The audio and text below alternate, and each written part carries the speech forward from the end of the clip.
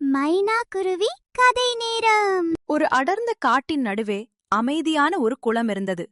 அந்த குளத்தில் தாவணி என்ற ஒரு குட்டித் தவளையும் வெள்ளை என்ற ஒரு பெரிய கொக்கும் வசித்து வந்தன. பொதுவாக கொக்குகள் தவளையை சாப்பிடும் என்பார்கள். ஆனால் நம் வெள்ளை கொக்கு மிகவும் அன்பானது.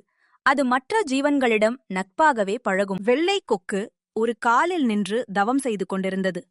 அப்போது தாவணி தவளை பக் பக் என்று சத்தம் போட்டபடி அதன் காலடியில் வந்து அமர்ந்தது. வெள்ளை அண்ணா, உங்களுக்கு கால்கள் வலிக்கவில்லையா? ஏன் எப்போதும் ஒரு காலிலேயே நிற்கிறீர்கள் என்று கேட்டது தாவணி. வெள்ளை கொக்கு சிரித்துக்கொண்டே, இது எனக்கு பழகிவிட்டது குட்டித் தவளையே. ஆனால் இன்று குளத்தில் மீன்கள் எதுவும் சிக்கவில்லை, பசியாக இருக்கிறது என்றது. தாவணிக்கு தன் நண்பன் பசியோடு இருப்பது வருத்தமாக இருந்தது.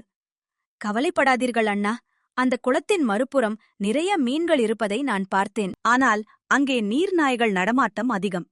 நான் உங்களுக்கு வழி காட்டுகிறேன், வாருங்கள் என்று உற்சாகமாக குதித்தது. தவளை தண்ணீருக்குள் நீந்திச் செல்ல கொக்கு மெதுவாக அதன் பின்னால் பறந்து சென்றது.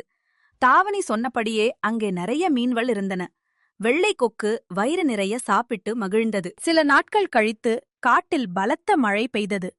குளத்தில் நீர்மட்டம் மளமளவென உயர்ந்தது. தரைப்பகுதியிலிருந்த தாவணியின் சிறிய வீடு நீரில் மூழ்கத் தொடங்கியது.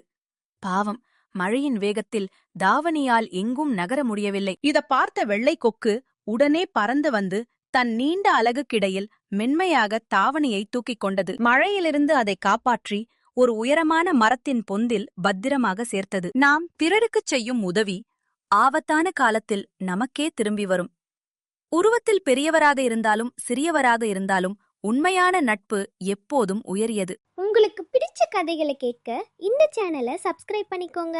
கூடவே அந்த மணியையும் அழுத்திடுங்க.